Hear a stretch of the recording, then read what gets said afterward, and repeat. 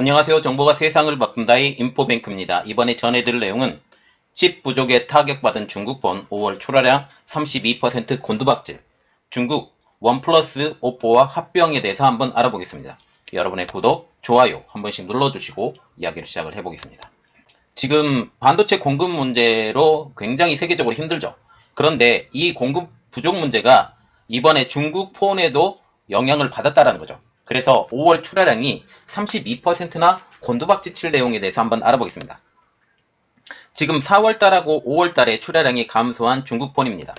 중국 모바일 기기 시장에서 4월과 5월달에 연달아 지난해 2020년 대비 출하량 감소세를 겪고 있습니다. 16일 중국 정보통신연구원에 의하면 5월 중국판 출하량은 2296만 8천대로 지난해인 2020년 5월 대비 32%가 줄었다고 발표를 했습니다. 2021년 4월 달에도 휴대폰 출하량이 2748만 6천대로 전년도인 2020년 4월 대비 34.1%나 감소했다라고 지금 얘기를 하고 있죠. 자, 지금 보시면 2021년 4월 달 출하량이 2748만 6천대예요. 그리고 2021년 5월 달 출하량은 지금 2296만 8천대예요. 지금 4월달 출하량보다 5월달 출하량이 더 감소한 현 상황이죠. 이것까지 인지를 하고 여러분들 이야기를 들어주시면 감사하겠습니다. 지금 4월달하고 5월달 두 달 연속 작년 대비 30%대의 감소세를 보인 것입니다. 특별히 작년과 같은 경우는 1, 2, 3월달에 코로나19가 중국을 휩쓸었죠. 그리고 4월, 5월달에 보복 소비로 해서 지금 늘어났어요. 그런데 지금 4월, 5월달에 올해 들어서 2021년 들어서 줄었다라는 것이죠. 올해 2021년 1, 2, 3월은 지난해 대비 각각 92.8%, 240.9%, 65.9% 성장률이 있었습니다. 이것과 비교하면 큰 대조를 보이는데 특히 2월달, 우리가 2월달은 어떤 달이냐? 2월달은 중국의 코로나 영향이 가장 심각하게 했던 달이에요.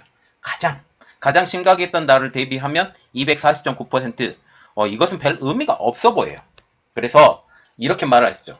지난해인 2020년 1월에서 3월은 중국에서 코로나19가 급속히 확산하고 각 도시 봉쇄 조치가 이루어졌던 시기로 보면 정확한 대비가 되지 않은 것은 사실입니다. 그러나 4월달, 5월달 상황은 아주 다르죠.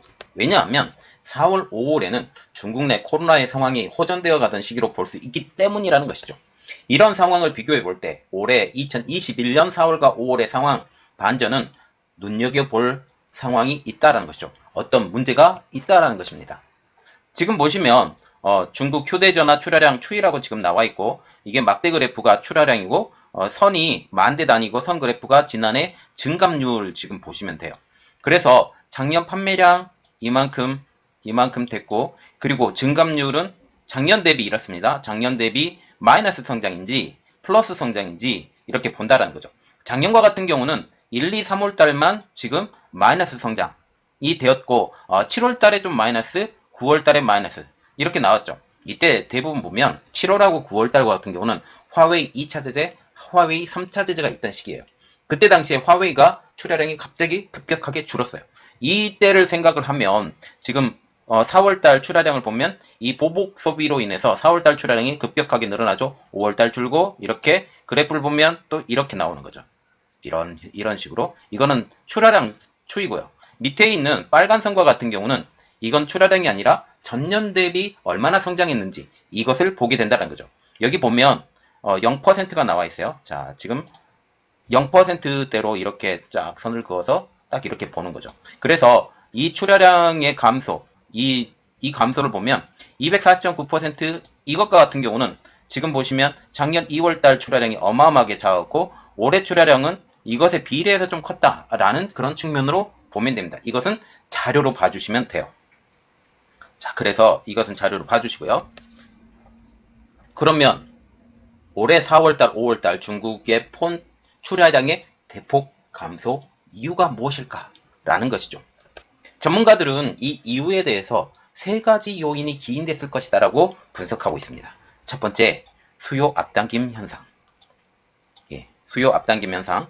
연초 1월에서 3월까지 보복 소비로 인한 수요의 증가가 4월, 5월 소비의 가뭄으로 일어났다는 것입니다. 이것은 조금 이해가 안 되는데 보복 소비는 작년에 많이 일어났거든요. 작년에 많이 일어났고 물론 1월, 2월, 3월 달에 연초가 넘어가면서 이 소비량이 늘어난 것은 사실이에요. 원래 이때 많이 사고 또 애플 제품도 작년 말에 나와서 이러한 공급 곡선이 이렇게 나오기 때문에 이것까지는 조금 이해가 가지만 수요 앞당김 현상은 조금의 영향은 있을 것이라고 보고 있습니다. 두 번째, 이게 중요한데요. 반도체 공급 부족입니다. 현재 반도체 공급 부족 현상은 전 분야에 대해서 걸쳐 일어나고 있죠. 이는 스마트폰 분야도 예외가 아닙니다. 현재 반도체 공급 부족은 중국 스마트폰 기업의 출하량이 줄였다라는 분석까지 나오고 있어요. 특별히 반도체 부족, 이것은 DDI도 여기에 속하고요. PMIC도 속하고요. 그리고 어플리케이션 프로세스라고 불리는 AP도 여기에 속해요. 이 세 가지가 다 출하량이 줄었어요. DDIO 같은 경우는 지금 어디하고 같이 쓰고 있냐면 지금 스마트폰만 쓰이는 게 아니라 TV에도 쓰이죠. 그리고 지금 PMIC와 같은 경우도 마찬가지로 전력 반도체인데 이 전력 반도체는 전 분야에 다 쓰여요. 이렇기 때문에 이 영향이 여기에도 갔을 것이다 라고 지금 말이 나오고 있죠. 또한 모뎀칩도 있습니다. 지금 5G 모뎀칩의 부족이 지금 이야기가 나오고 있는데 이렇듯 5G의 모뎀칩의 부족이 샤오미, 오포, 비보 이 회사들의 중국 주요 스마트폰 기업의 출하량에 타격을 입혔다라고 중국에선 지금 이야기를 하고 있어요. 그리고 세 번째는 화웨이의 공백입니다. 이것은 어쩔 수 없어요. 화웨이의 스마트폰 출하량이 큰 폭으로 떨어지고 있는데요. 이에 반해서 중국의 다른 스마트폰 기업들이 화웨이로 인한 공백을 완전히 메우지 못했다라는 분석이 나오고 있습니다. 샤오미, 오포, 비보 등 중국 기업들의 출하량이 늘기는 했지만 완전히 화웨이 스마트폰의 이전 출하량을 대체하지 못했다라는 평가가 나오고 있죠. 2021년 1월에서 5월까지 중국의 스마트폰 출하량을 모두 더하면 1억 4,800만 대로 지난해 같은 기간보다 19.3%가 늘었습니다. 자, 19.3%가 늘었는데 이 화웨이 스마트폰의 출하량을 메우지 못했다라는 말이 나오고 있죠. 그리고 현재 늘고 있는 5G 스마트폰 출하량입니다. 지금 중국 내 5G 스마트폰 출하량은 증가세 있죠. 지금 5월달 5G 출하량은 1673만 9천대로 전년 대비 7.0%가 증가를 했습니다. 전체 휴대폰 출하량도 72.9%가 차지하고 있어요. 1월에서 5월까지 중국에서 5G 스마트폰 출하량은 1억 800만 대로 전년 대비 134.4%가 늘었어요. 그래서 현재 폴더블 폰 아니고 4G 폰이나 3G 폰이 이제 5G 폰으로 넘어가고 있다는 사실이죠. 현재 중국의 스마트폰의 주류 5G로 이동하고 있는 중입니다. 이러한 상황에서 이러한 전체적인 큰 그림을 봤을 때 지금 5G 폰으로 이동을 하는데 5G 폰으로 이동하는데 지금 중국의 스마트폰이 이에 따라가지 못했다라는 지금 이야기가 나오고 있어요. 특별히 이 5G 폰의 출하량의 증가로 인해서 삼성전자의 위치가 지금 힘들어지고 있는 상황까지 우리가 인지를 하면 된다라는 거죠. 결국은 이번에 출하량의 감소, 이 모든 것들은 반도체 부족이다. 반도체 부족이고 또 화웨이의 몰락도 한 요인을 가지고 있다라는 측면까지 우리가 고려해 봤으면 좋겠습니다. 두 번째 내용, 오포와 합병한 원플러스입니다. 이제 원플러스라는 이 회사는 이제 없어져요. 지금 원플러스와 오포가 합병을 공식화했는데요.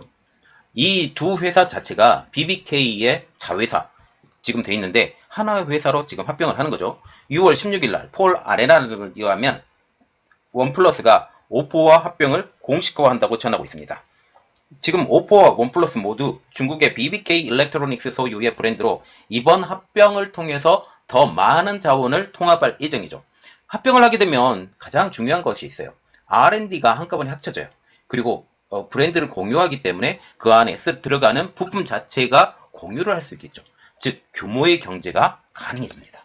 지금 BBK 일렉트로닉스의 자회사는 오포, 원플러스 외에 비보, 리얼미도 이 산하의 스마트폰으로 제조사를 두고 있죠. 특히 이번에 오포와 원플러스가 합병을 통해서 지금 전체적인 그림은 어떻게 됐냐?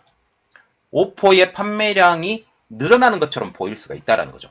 현재 오포와 같은 경우는 지금 중국 내 스마트폰에서 상당한 지위를 갖고 있죠. 또 글로벌 스마트폰 판매량에서 상당한 지위를 갖고 있습니다. 그런데 오포, 비보, 리얼미 이 회사들이 각기 쪼개져서 이 합산한 것이 아니라 쪼개져서 1, 2, 3위를 하기 때문에 오포, 원플러스 이 합치면 두 회사가 하나의 회사처럼 이제 보이고 나머지 비보, 리얼미도 한꺼번에 합치게 되면 어떻게 되겠어요? 더 많이 판매한 것처럼 보일 수 있습니다. 그리고 오포, 비보, 원플러스, 리얼미가 만약 BBK 이름으로 하나로 합쳐지게 된다면 이 판매량 자체가 삼성전자를 능가한다라는 지금 말까지 나오고 있기 때문에 이것을 우리가 눈여겨봐야 된다는 거죠. 지금 원플러스의 공동 창업자인 피터 라우, 칼 페이는 과거 오포에서 공동으로 일한 적이 있습니다.